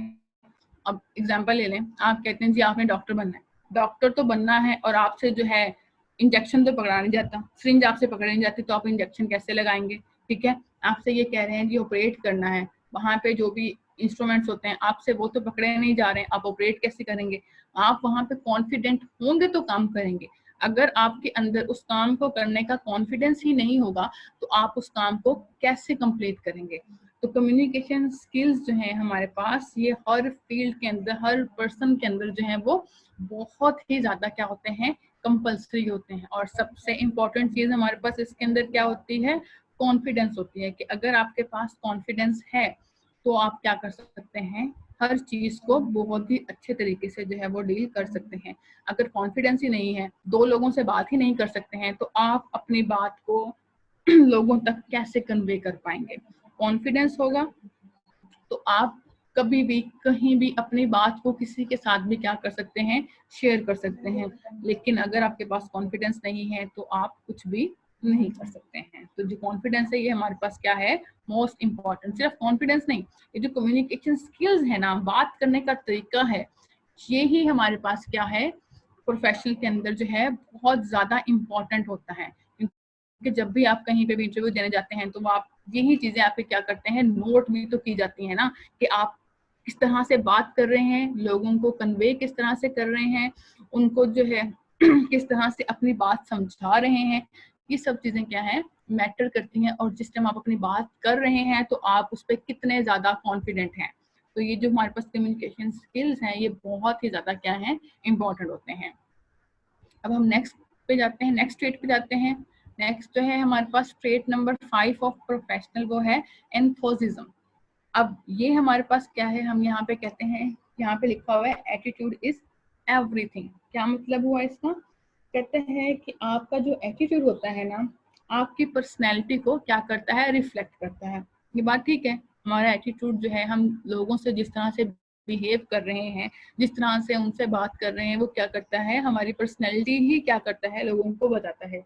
एक इंसान बहुत ही आराम के साथ, प्यार के साथ लोगों से बात कर रहा है, वो क्या है, उसका एटीट्यूड है। एक बहुत गुस्से के साथ और शार्पनेस में क्या कर रहा है, लोगों से बात कर रहा है, वो क्या है, उसका एटीट्यूड है। एक पर्सन टोटल क्या कर रहा है, गुस्से में बात कर रहा है, तो वो क्या है, उसका एटीट्यूड है। तो जो प्रोफेशनल्स होते हैं वो हर दिन को क्या करते हैं, एक न्यू स्टार्ट के तौर पर लेते हैं। हर दिन को वो क्या करते हैं, एक नया मौका समझते हैं। वो कहते हैं उनके पास क्या है, एक नया मौका है। और उसके लिए वो क्या होते हैं, बहुत ही ज्यादा पुरजोश होते हैं। और उसको वो कहते हैं कि ये जो दिन है वो क्या है, या ये चीज उनके लिए क्या है, चैलेंज के तौर पे उसको वो लेते हैं। और एटीट्यूड को वो हमेशा क्या करते हैं, अपने एटीट्यूड को पॉजिटिव रखते हैं, कभी भी अपने एटीट्यूड को नेगेटिव नहीं करते हैं। अगर कोई बात हो जाती है तो उसको वो क्या करते हैं, लेट गो करते हैं। और यही पॉजिटिव उनके जो एटीट्यूड होता है उनको क्या करता है, लीडरशिप की तरफ लेकर जाता है। देखें, अब अभी इस तरह हमने पहले बात की थी कि अनएक्सपेक्टेड थिंग्स जो है वो हैपन हो जाती हैं। अब अगर वहां पे उसका जो एटीट्यूड है वो पॉजिटिव नहीं रहता, नेगेटिव रहता, तो चीजें और थी। अब उसने वहां पे क्या किया, प्रोफेशनलिज्म दिखाया, अपने एटीट्यूड को क्या किया, पॉजिटिव रखा, पॉजिटिव रखा और चीजों को उसने क्या कर दिया, लेट गो कर दिया। अब ये जो चीजें होती हैं ये क्या करती हैं, एक लीडर की तरफ इशारा करती हैं कि आप क्या है, प्रोफेशनल से क्या कर रहे हैं, एक लीडर की तरफ जा रहे हैं। क्यों जा रहे हैं? क्योंकि आप हर चीज को क्या कर रहे हैं, पॉजिटिव वे में ले रहे हैं हर चीज को, हर दिन को एक नया चैलेंज समझ रहे हैं और चीज़ों को क्या कर रहे हैं, अगर कोई अनएक्सपेक्टेड चीज़ हो जाती है उसको क्या कर रहे हैं, बहुत ही पॉजिटिव अंदाज या पॉजिटिव एटीट्यूड के साथ क्या कर रहे हैं, लेट गो कर रहे हैं, जिसकी वजह से आप क्या कर रहे हैं, एक लीडर बन जाते हैं। ठीक हो गया। हम यहाँ पे बात कर रहे थे trait number 6 of a professional, helpfulness. अब वो क्या कहते हैं कि हमारे पास जो भी प्रोफेशनल होता है वो क्या होना चाहिए, ऐसा बंदा होना चाहिए जो दूसरों के क्या करे, हेल्प करे। अब हम जब भी किसी भी प्लेस पे काम करते हैं तो हमारे पास जो काम होता है वो क्या होता है एक टीम वर्क होता है। बगैर टीम के हम अकेले जो है वो कुछ भी नहीं होते हैं। इस तरह हम ये कह सकते हैं कि पानी का एक कतरा, पानी का एक सिंगल कतरा जो है वो अकेला कुछ भी नहीं है, लेकिन अगर वहां पे बहुत सारी पानी के कतरे जमा हो जाएं तो वो कतरे क्या करते हैं, दरिया बना देते हैं। सेम इसी तरीके से जब भी आप कोई काम करते हैं तो हमारे पास जो काम होता है वो क्या होता है, पूरी की पूरी टीम के एफर्ट्स पे क्या होता है, डिपेंड करता है। आप अकेले जो है वो कुछ भी नहीं कर सकते हैं। अगर आप अपनी जिंदगी में सक्सेसफुल होते हैं तो किस बेसिस पे होते हैं, क्योंकि आप वहाँ पे क्या कर रहे हैं, एक टीम वर्क कर रहे हैं। पॉसिबल है आप टीम को लीड भी कर रहे हो या कुछ भी कर रहे हो। तो यहाँ पे जो बात है वो कहने का मतलब ये है कि एक अकेला इंसान किसी भी वर्क प्लेस पे कुछ भी नहीं कर सकता है। जो भी काम होता है, जो भी सक्सेस होती है वो क्या होती है, पूरी की पूरी टीम की होती है, क्योंकि बगैर टीम एफर्ट के हम कोई भी काम जो है वो नहीं कर सकते हैं। ठीक है। फिर दूसरा इसमें ये जो है बात कि आपने क्या करनी, अगर आपके किसी टीम मेंबर को या आपके किसी भी सब ऑर्डिनेट को आपकी किसी हेल्प की ज़रूरत है तो आपको हमेशा क्या होना चाहिए, उसकी हेल्प करने के लिए रेडी होना चाहिए। उसको जिस भी तरह के फेवर चाहिए आपको क्या करना है, उसको देनी है, लेकिन फेवर जो रेलिवेंट हो। ठीक है। फिर सजेशन, यहाँ पे एक वर्ड है मेक अ सजेशन। सजेशन कैसे कि पॉसिबल है आपका कोई कोलीग, आपका कोई सबऑर्डिनेट आपके पास आता है, आपसे पूछता है कि मैं ये काम ऐसे करना चाह रहा हूँ, इससे रेलिवेंट मुझे जो है आप अपनी कोई राय दे दें या कोई सजेशन दे दें। तो यहाँ पे आपने इस बात का ख्याल रखना है कि आपकी जो सजेशन होनी चाहिए वो उसके लिए इफेक्टिव होनी चाहिए। ऐसी कोई सजेशन मत दे दीजिएगा कि वो इतनी कॉम्प्लिकेटेड हो जाए कि उसको समझ ही ना आए। आपने उसको जो भी सजेशन देनी है वो इतनी इजी होनी चाहिए, इतनी इफेक्टिव होनी चाहिए कि उसको पता चल जाए। फॉर एग्जाम्पल वो आपके पास आता है, कहता है कि ये काम है, इसको मैं ऐसे करूँ। अगर आपके माइंड में उससे रेलिवेंट कोई बात आती है तो आप उससे कह सकते हैं कि मेरी सजेशन ये है कि अगर आप इस काम को ऐसे नहीं ऐसे कर लें तो ये क्या है, बहुत ज़्यादा इफेक्टिव हो सकता है। तो यहाँ पे जो सजेशन आपने देनी है वो इफेक्टिव देनी है, बहुत ज़्यादा जो है वो कॉम्प्लिकेटेड नहीं देनी है कि नेक्स्ट पर्सन को जो है वो कंफ्यूज ही हो जाए और नेक्स्ट टाइम जो है वो आपसे कोई भी बात जो है वो पूछे ना, कि इनसे पूछेंगे तो इन्होंने तो जो है इस तरह की सजेशन देनी है जो हमारी समझ में ही नहीं आती है। तो आपने ये वाला काम भी नहीं करना है। अपने सब ऑर्डिनेट्स और कोलीग के लिए इतना हेल्पफुल होना है कि वो खुद आकर आपसे क्या करें, हेल्प भी मांगे और जो है आपसे सजेशन भी लें। फिर इसके अंदर जो हमारे पास लास्ट पॉइंट है वो ये है कि अगर आपका कोई सब ऑर्डिनेट, आपका कोलीग कोई अपना गोल अचीव करता है या उसे कोई अचीवमेंट मिलती है तो आपने उसको क्या करना है, वहां पे उसको अप्रिशिएट भी करना है। क्यों? क्योंकि वो उस चीज को डिजर्व करता है। जाहिर सी बात है, बहुत सारे लोग जब टीम में काम करते हैं तो बहुत सारी अचीवमेंट करते हैं, अपने गोल्स को कंप्लीट करते हैं। तो जब वो चीज़ें अपनी कंप्लीट करते हैं तो वो यही चाहते हैं कि उनको क्या मिले, एप्रिसिएशन मिले। ठीक है। तो आपने क्या करना है, वहाँ पे जो भी पर्सन उस चीज़ को डिजर्व करता है आपने उसको क्या करना है, अप्रिशिएट भी करना है। ठीक हो गया। नेक्स्ट जो है हमारे पास ट्रेट नंबर जो है वो 7 है of a professional, taking the initiative. अब टेकिंग द इनिशिएटिव का मतलब क्या है, इसमें ये है कि फॉर एग्जांपल आपके ऑफिस में आपके टेबल पे कोई फाइल पड़ी है जो आपने काम करना है। तो अब ऐसा नहीं है कि आपने क्या है, आप प्रोफेशनल हैं, आपके पास अच्छे स्किल्स हैं, आपको अपनी कॉम्पिटेंसी का पता है कि आप कितने कॉम्पिटेंट हैं, आप काम को कैसे कर सकते हैं। अब पॉसिबल है आपके ऑफिस के टेबल पे कोई एक फाइल पड़ी है जिसमें आप कोई काम है जिसको क्या पेंडिंग में पड़ा है जिसको करना है। तो अब बीइंग अ प्रोफेशनल आप ये काम नहीं करेंगे कि ये काम वो करे, ये काम वो कर ले या ये काम वो कर ले, नहीं। आपने वहां पे क्या करना है, खुद से इनिशिएटिव लेना है और उस काम को क्या करना है, कंप्लीट करना है। ऐसा नहीं करना कि जी काम पड़ा हुआ है, मेरा काम नहीं है, मैं क्यों करूँ, नहीं, आपने वहां से क्या करना है, इनिशिएटिव लेना है। क्यों? क्योंकि आपके पास भी खुद के पास इतने अच्छे स्किल्स हैं, आप उस काम को कर सकते हैं। तो यहाँ पे कहने का मतलब ये है कि आपने किसी और पे डिपेंडेंट नहीं रहना। अगर कोई काम आपकी टेबल पे मौजूद है तो आप क्या करेंगे, उसका इनिशिएटिव खुद लेंगे, यानी कि वो काम आप क्या करेंगे, खुद से स्टार्ट करेंगे और उसको क्या कर लेंगे, कंप्लीट कर लेंगे। ये बीइंग अ प्रोफेशनल जो है एक बहुत ही अच्छी चीज है कि आप चीजों को खुद क्या करेंगे, इनिशिएट करेंगे।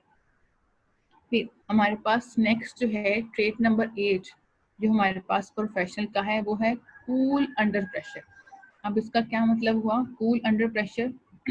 यहाँ पे कहने का मतलब यह है कि सम टाइम हमारे पास ऐसा होता है कि बहुत सारे इश्यूज क्रिएट हुए होते हैं, आप किसी प्रोजेक्ट पे या किसी कोई भी काम आप लोग जो है वो कर रहे होते हैं, वो काम हो नहीं रहा होता। तो इस सूरत में हो सकता है आपकी पूरी की पूरी टीम जो है वो बहुत ज्यादा डिस्टर्ब हो, ठीक है, बहुत ज्यादा टेंशन में हो कि जी ये काम हो नहीं रहा है, इसको कैसे करेंगे। सम टाइम ऐसा होता है कि लोग क्या करते हैं, पैनिक कर जाते हैं, ठीक है, कि जी काम कैसे होगा।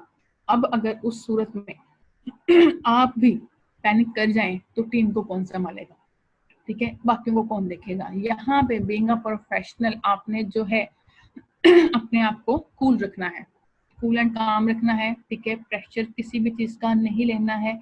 इनफैक्ट जो आपके सब ऑर्डिनेंट्स जो हैं इस चीज से घबरा रहे हैं कि ये काम कैसे होगा, ये काम हो नहीं रहा, उनको भी आपने क्या करना है, मोटिवेट करना है कि नहीं, टेंशन लेने वाली कोई बात नहीं है, हम सब लोग हैं, हम उस काम को कर लेंगे, कोई मसला नहीं है, काम हो जाएगा, ठीक है। अब देखिए जाहिर सी बात है, जब भी हम कोई काम करते हैं समटाइम ऐसा होता है कि आपको किसी और चीज का भी प्रेशर होता है साथ में आपके पास कोई प्रोजेक्ट है उसमें भी आ गया, प्रेशर्स कोई एक आधे थोड़े ना होते हैं, बहुत सारे इश्यूज हो सकते हैं। अब आपने एक टीम बनाई है जो क्या कर रही है, उस पर काम कर रही है, टीम का एक काम अलग, आपके 2-3 काम अलग, आपको उनका भी प्रेशर है, हो सकता है आपको वहां से भी परेशानी वहां से भी, लेकिन आपने यहाँ पे बीइंग अ प्रोफेशनल क्या काम करना है, अपने आप को कभी भी हाइपर नहीं करना कि जी ये काम नहीं, अभी ये भी नहीं हुआ, ये भी नहीं हुआ, ये भी नहीं हुआ, ये काम ऐसे नहीं हुआ। आपने क्या करना है, हमेशा कूल रहना है,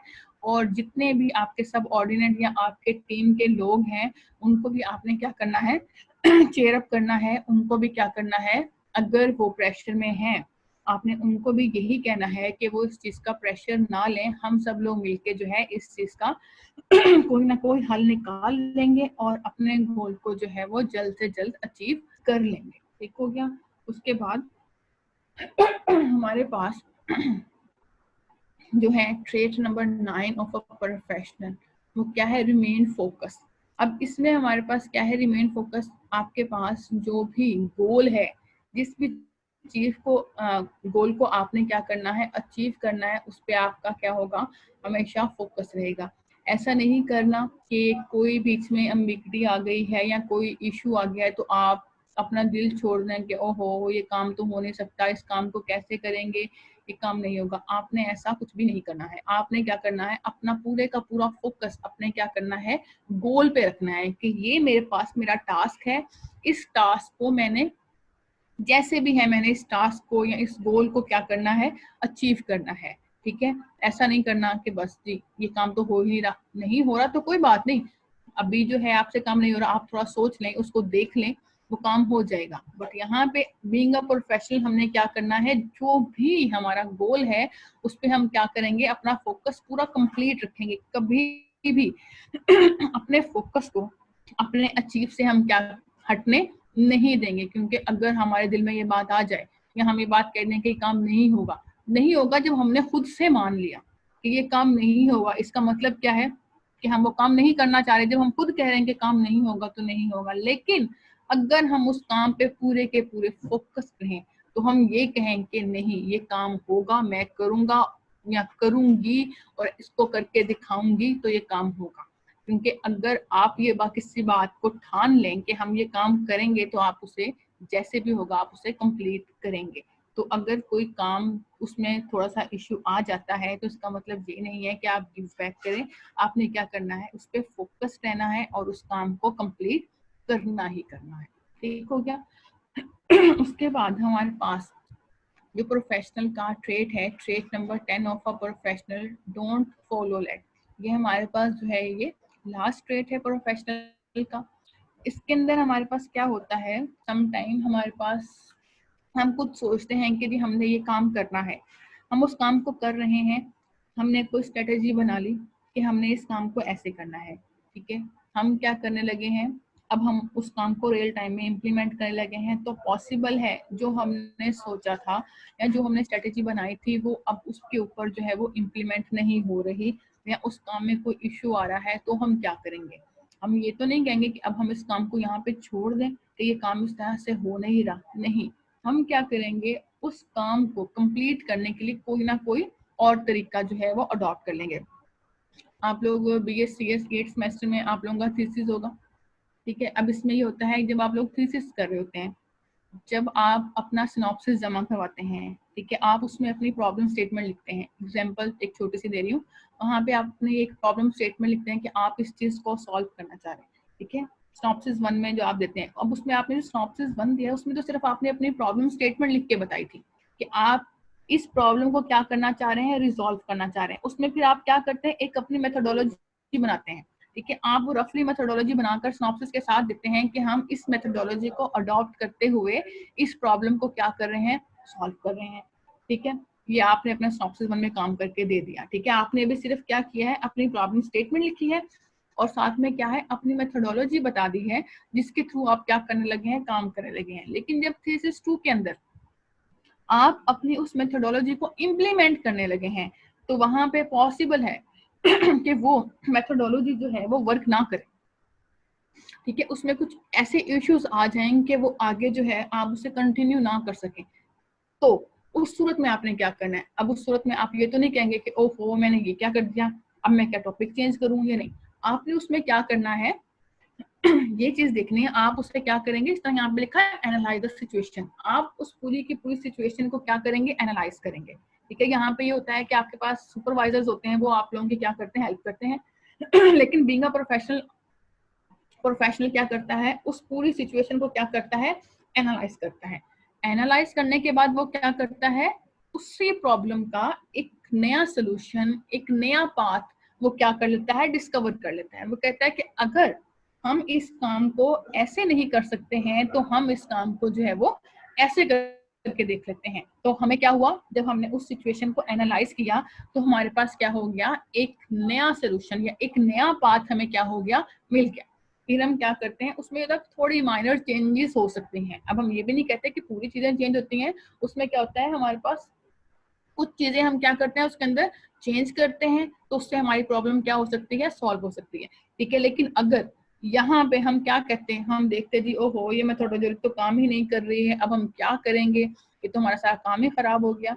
तो इससे क्या होता, हमारा काम नहीं होता। लेकिन हमने यहाँ पे क्या किया, हम अपनी उस चीज पे, अपने एम पे, अपने गोल पे क्या हुए, डटे रहे। हमने कहा कि हमने इस काम को जो है वो हर हाल में कंप्लीट करना है। कंप्लीट करने की हमने क्या था, अज़म कर लिया था। हमने कहा ये काम कंप्लीट होना है। ठीक है, वो काम जिस मेथड से हम करना चाह रहे थे उस मेथड से नहीं हुआ, तो इसका मतलब ये नहीं है कि आप उस चीज को छोड़ दें, नहीं। यहाँ पे क्या होगा, आप अपने उस प्रॉब्लम को क्या करेंगे, दोबारा से एनालाइज करेंगे। जब आप एनालाइज करेंगे तो उसके अंदर से डेफिनेटली आपको कोई ना कोई न्यू पाथ, न्यू सोल्यूशन जो है वो लाजमी मिल जाएगा, जिसको लेके आप क्या करेंगे, अपनी उस प्रॉब्लम को सॉल्व कर देंगे।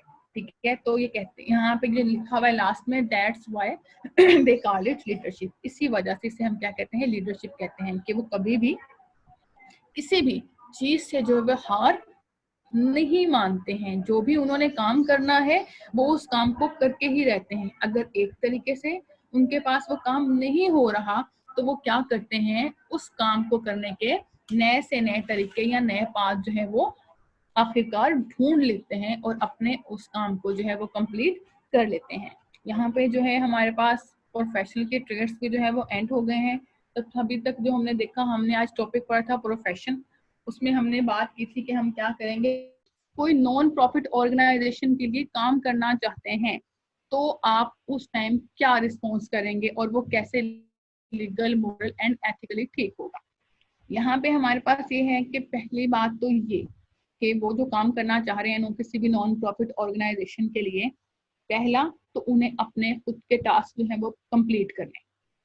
ऐसा ना हो कि उनके खुद के जो टास्क हैं वो कंप्लीट ना हो और वो क्या करें, दूसरी कंपनी के लिए काम करने लग जाएं। तो ऑनर क्या करेगा, सबसे पहली बात कि वो मेक श्योर करेगा कि पहले आप अपना टास्क कंप्लीट करेंगे। जब आपका टास्क कंप्लीट हो जाए और अगर आपके पास उसके बाद टाइम बचता है तो आप वो काम करें। ठीक है, तो ये आपके पास क्या होगा, लीगल, मॉरल एंड एथिकली क्या होगा, ठीक होगा। क्यों ठीक होगा, क्यों, ऑनर जो है उसको नॉन प्रॉफिट ऑर्गेनाइजेशन के लिए काम करने के लिए अपनी कंपनी के रिसोर्सेज इस्तेमाल करते हुए परमिशन दे रहा है। क्यों, क्योंकि ऑनर भी जो है वो क्या है, एक सोसाइटी का हिस्सा है। हो सकता है वो जो काम करना चाह रहे हैं वो आपकी सोसाइटी की बेहतरी के लिए हो, लेकिन अभी सोसाइटी जो है वो अपनी खुद से कोई ऑर्गेनाइजेशन जो है वो बनाने के काबिल नहीं है, उनके पास इतने पैसे नहीं हैं कि वो अपने खुद से रिसोर्सेज जो है वो ला सकें या एम्प्लॉयज को हायर कर सकें। तो यहाँ पे आपकी रिस्पॉन्सिबिलिटी बनती है कि आप क्या करें, अपने एम्प्लॉयज को इजाजत दे दें कि वो जो है उस काम को कर लें। लेकिन काम कब करें, जिस टाइम पहले वो अपना खुद का काम कंप्लीट करें। खुद का काम कंप्लीट करने के बाद उनके पास जो टाइम बचेगा फिर वो कंपनी के रिसोर्सेज को इस्तेमाल करते हुए जो है वो दूसरा काम कर सकते हैं। तब ये क्या होगा, लीगल, मोरल एंड एथिकली ठीक होगा। ऐसा ना हो कि आपके जिम्मे जो आपके काम है, जिस तरह हमने प्रोफेशनल के अंदर बात की थी जॉब की सीरियसनेस के हवाले से, तो उसको क्या होना चाहिए, अपनी जॉब की तरफ पूरे का पूरा रिस्पॉन्सिबल होना चाहिए। उसके पास जितने भी टास्क हैं उसका काम क्या है कि वो उन सबको क्या करे, फुलफिल करे। अब यहाँ पे भी क्या है, पहली बात क्या है, अपने जॉब के साथ सिंसेरिटी, कि वो क्या करे, फर्स्ट जो उसका काम है, यानी कि जिस भी सॉफ्टवेयर इंजीनियरिंग कंपनी में वो काम कर रहा है वहां उसके जिम्मे जितने भी काम है पहले वो क्या करेगा, उन काम को कंप्लीट करेगा। उन काम को कंप्लीट करने के बाद उसके पास जो टाइम बचेगा उसके अंदर फिर वो क्या करेगा, दूसरा काम करेगा। और ऑनर भी क्या करेगा, उसको सिर्फ इसी केस में परमिशन देगा कि अगर उसके खुद के टास्क कंप्लीट होने के बाद उसके पास टाइम बचेगा तो वो काम करेगा। तभी ये चीज क्या होगी, लीगल, मॉरल एंड एथिकली क्या होगी, ठीक होगी। वरना क्या होगा, चीज ठीक ही नहीं होगी। क्यों, आप चीट कर रहे हो, कैसे, अपने काम के साथ। आप क्या कर रहे हो, काम किस में कर रहे हो, सॉफ्टवेयर इंजीनियरिंग कंपनी में काम कर रहे हो, लेकिन आप अपना काम छोड़ के दूसरा काम कर रहे हो। तो ये क्या है, आप अपने पेशे के साथ, आप अपने प्रोफेशन के साथ क्या कर रहे हो, चीटिंग कर रहे हो। आप अपना काम जो है फुलफिल नहीं कर रहे हो। तो यहाँ पे आपने ये काम ऐसा नहीं करना है। फर्स्टली अपना काम कंप्लीट करना है, देन आपने क्या करना है, दूसरा काम कंप्लीट करना है। तभी आपके लिए भी ये लीगल, मॉरल और एथिकली क्या होगा, ठीक होगा। वरना आपको भी पता है कि आपने क्या किया है, अपने प्रोफेशन के साथ चीटिंग की है। आपने अपना काम कंप्लीट नहीं किया जिसका वो आपको क्या हो रहा है, पे कर रहा है। ठीक है, आप उसका काम नहीं कर रहे हैं जिसके लिए आपको हायर किए गए। तो आप क्या कर रहे हो, एक दूसरी कंपनी के लिए काम कर रहे हो। बेशक वो काम भी अच्छा है, लेकिन फर्स्ट रिस्पॉन्सिबिलिटी आपकी क्या बनती है, उस कंपनी की तरफ बनती है जिसने आपको क्या किया है, हायर किया है। ठीक हो गया, तो पहले आप क्या करेंगे, अपने काम को कंप्लीट करेंगे, उसके बाद जो है वो दूसरा काम कंप्लीट करेंगे। ठीक है, इसके अंदर फिर हमारे पास जो है सिनेरियो नंबर 3, ये है हमारे पास जो है एक लास्ट सिनेरियो है। सिनेरियो नंबर 3 के अंदर हम देखते हैं कि यहाँ पे क्या है, यहाँ पे वो क्या कह रहा है, you are a software engineer at a company where management routinely encourage you and your colleagues to use pirated softwares. How would you respond in a way that is legal? हम यहाँ पे बात कर रहे थे सिनेरियो नंबर 3 की। Scenario number 3 हमारे पास क्या है, यहाँ पे वो कह रहे हैं you are a software engineer at a company where management routinely encourage you and your colleagues to use pirated software. How you would respond in a way that is legal, moral and ethical. अब वो यहाँ पे क्या कह रहा है, कहता है लेट्स सपोज आप क्या है, एक सॉफ्टवेयर इंजीनियरिंग कंपनी में काम कर रहे हैं। वहां पे जो मैनेजमेंट है वो आपको और आपके कोलीग्स को इस बात के लिए इनकरेज करती है कि आप क्या करें, पायरेटेड सॉफ्टवेयर को इस्तेमाल करें। तो क्या ये लीगल, मोरल एंड एथिकली ठीक होगा? As a computer science student हम सबको पता है कि पायरेटेड सॉफ्टवेयर को इस्तेमाल करना यहाँ पे क्या है, क्राइम है। क्यों क्राइम है? क्योंकि जिसका सॉफ्टवेयर होता है उसके कॉपीराइट्स को हम इस्तेमाल नहीं कर सकते हैं। अगर हम उनके कॉपीराइट्स को इस्तेमाल करते हैं तो क्या होता है, हमें ऑनर की परमिशन लेनी पड़ती है।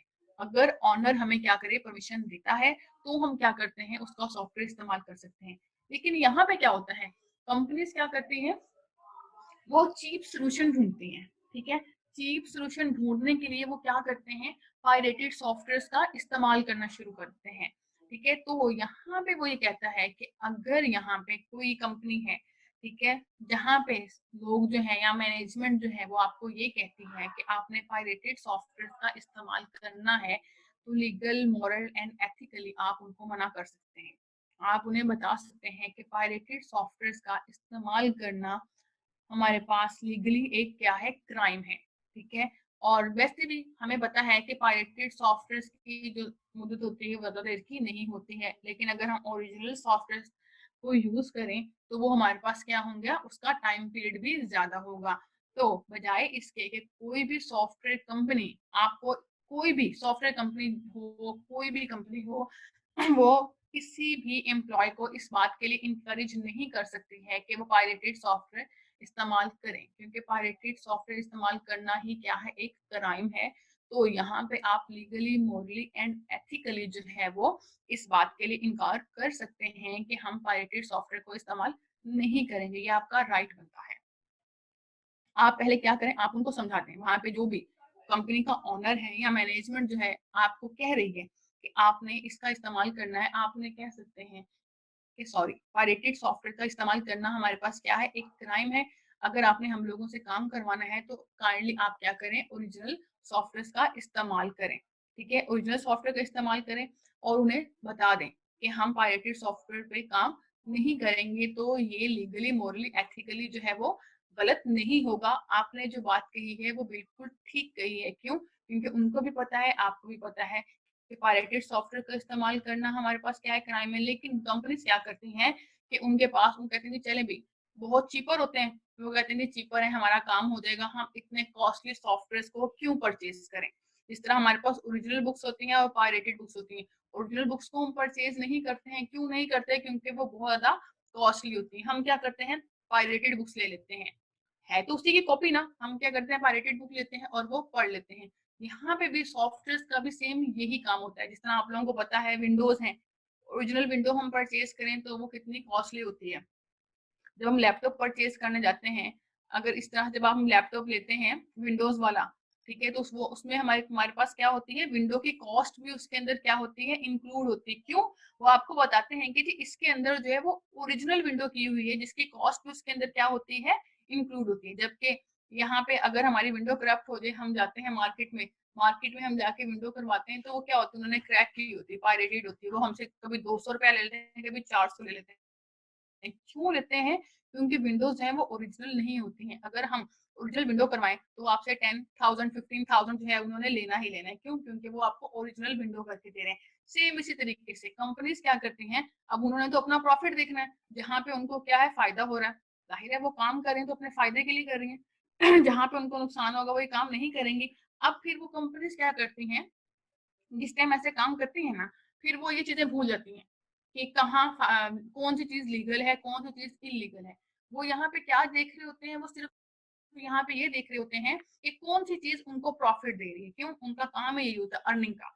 जहां से उनको प्रॉफिट ज्यादा मिल रहा होता है वो क्या करते हैं, उस चीज को अडॉप्ट कर लेते हैं। अब यहाँ पे क्या है, पायरेटेड सॉफ्टवेयर वो हमें क्या मिल जाएंगे, बहुत ही चीप रेट में मिल जाएंगे।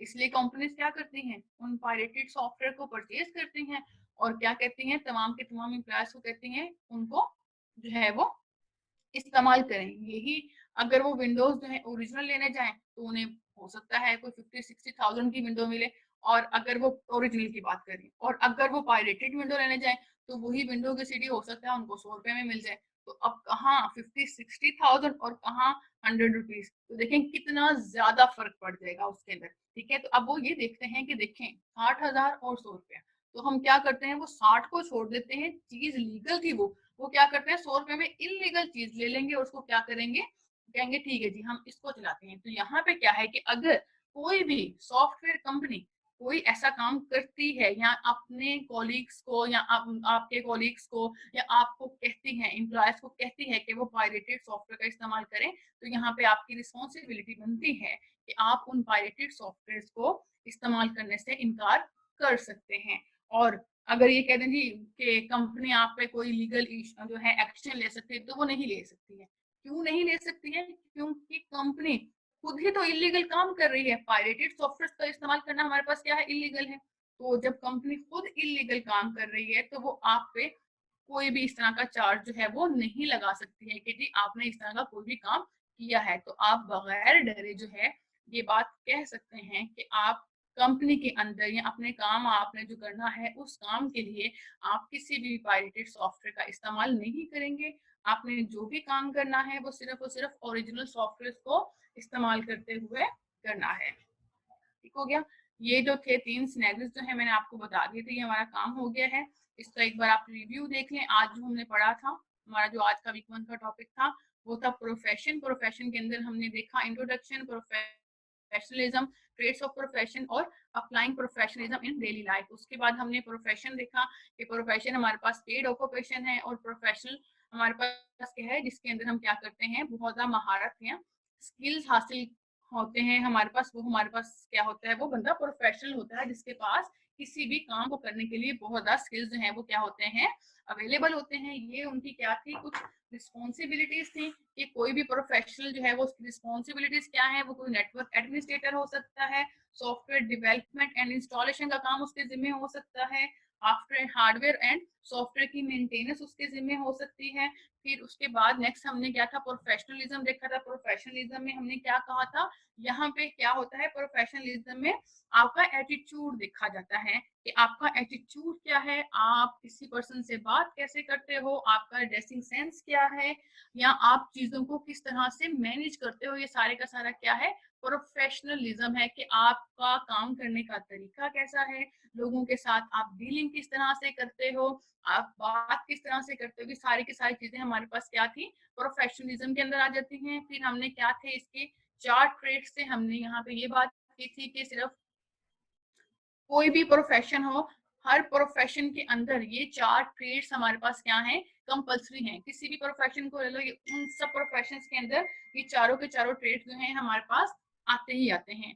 उसके बाद फिर हमने क्या कहा था, हमने प्रोफेशनल बिहेवियर देखा था एथिकली, जिसके अंदर हमने क्या था, लॉ देखा था कि हमारे पास लॉ, मोरल एंड राइटनेस क्या था। लॉ जिसमें हम क्या करते हैं, गवर्नमेंट के बनाए हुए किसी भी लॉ को या किसी भी कानून को तोड़ते हैं, वो हमारे पास क्या हो जाता है, लॉ हो जाता है। यानी कि हमें यहाँ पे रिस्ट्रिक्ट किया होता है कि आपने ये काम नहीं करने हैं, वो हमारे पास क्या है, लॉ। लॉ में भी ये होता है कि ये काम करना लीगल है और ये काम क्या करना जो है वो क्या है, इलीगल है। ये कौन डिसाइड करती है, ये गवर्नमेंट डिसाइड करती है। जिस तरह ट्रैफिक सिग्नल्स को हमने कहा तोड़ना, ट्रैफिक सिग्नल्स को तोड़ना हमारे पास क्या हो जाएगा, इलीगल हो जाएगा। किसी की प्रॉपर्टी के ऊपर नाजायज कब्जा करना क्या है, इलीगल हो जाएगा। मॉरल में हमने बात की थी इखलाक की, जो हमें कौन सिखाता है, हमारे पेरेंट, सोसाइटी और हमारा मजहब जो है वो क्या करता है, हमें हमारे मॉरल सिखाता है कि हमने दूसरों से किस तरह से बात करनी है, बड़ों से कैसे बात करनी है, छोटों से कैसे बात करनी है, किसके साथ कैसे पेश आना है। ये सारे के सारे हमारे पास क्या है,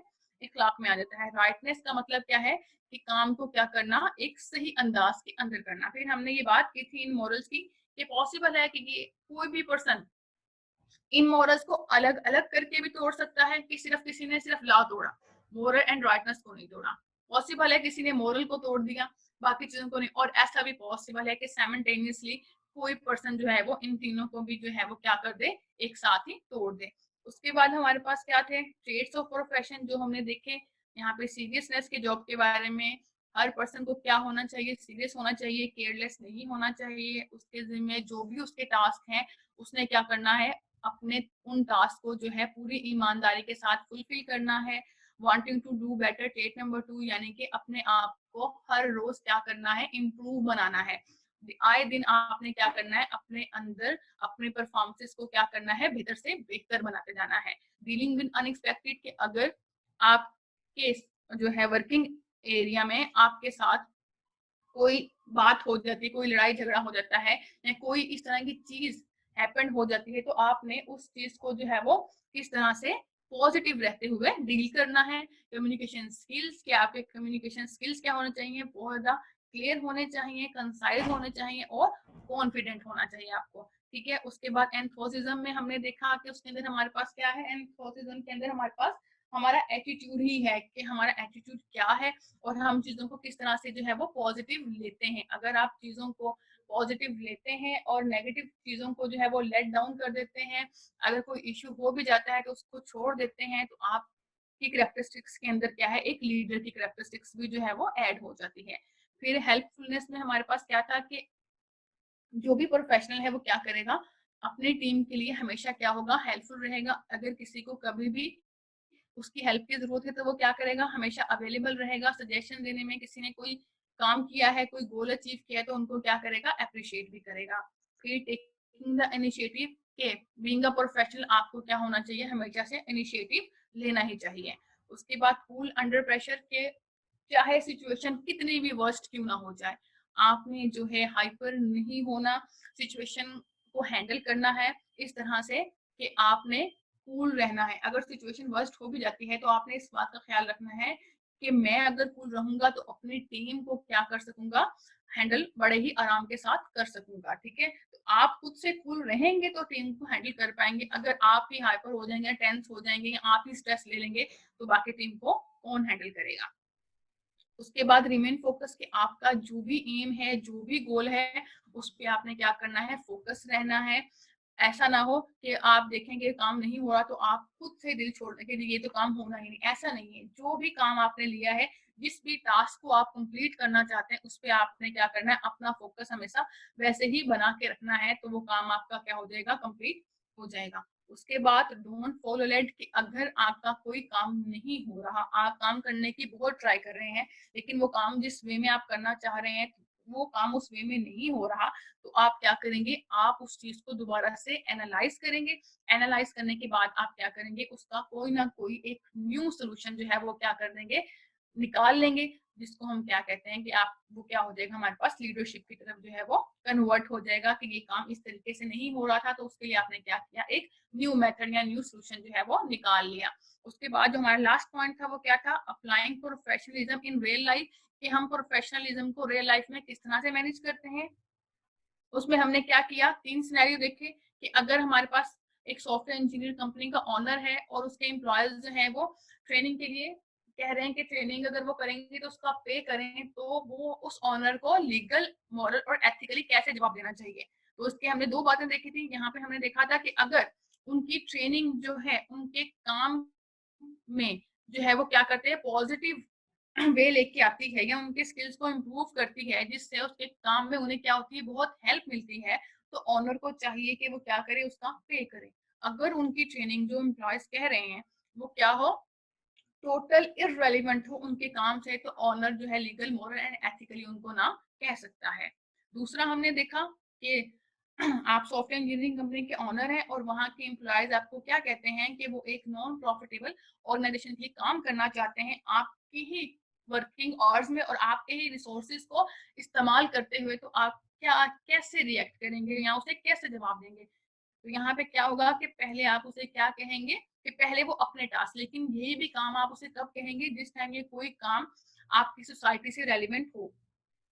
क्यों, क्योंकि आप भी क्या है, सोसाइटी का पार्ट है, यानी कि आपके एम्प्लॉयज कुछ ऐसा चाहते हैं जिससे क्या हो रही है, आपकी सोसाइटी की इंप्रूवमेंट हो रही है या आपकी सोसाइटी के अच्छे के लिए वो काम किया जा रहा है। सिर्फ उसी सूरत के अंदर आप क्या करेंगे, अपने एम्प्लॉयज को हाँ कहेंगे, लेकिन किन कंडीशंस पे, इन कंडीशंस पे हाँ कहेंगे कि पहली बात ये कि वो क्या करें, जो उनका पहला काम है, यानी कि आपकी कंपनी के जिम्मे उनके जो काम है पहले वो क्या करेंगे, उनको कंप्लीट करेंगे। उनको कंप्लीट करने के बाद उनके पास जो टाइम बचेगा उसमें वो क्या करेंगे, दूसरा काम कर सकते हैं। तब वो क्या होगा, लीगल, मॉरल एंड एथिकली जो है वो राइट होगा।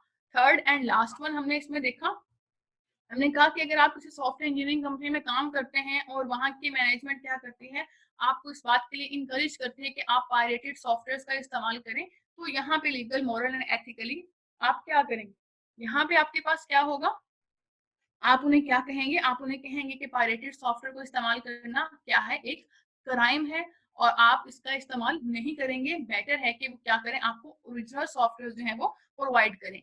चीप सॉल्यूशंस के लिए वो पायरेटेड सॉफ्टवेयर का इस्तेमाल नहीं करते हैं, तो यहाँ पे लीगल, मॉरल एंड एथिकली ये बात ओके है कि आप पायरेटेड सॉफ्टवेयर को इस्तेमाल करने के लिए ना कह सकते हैं।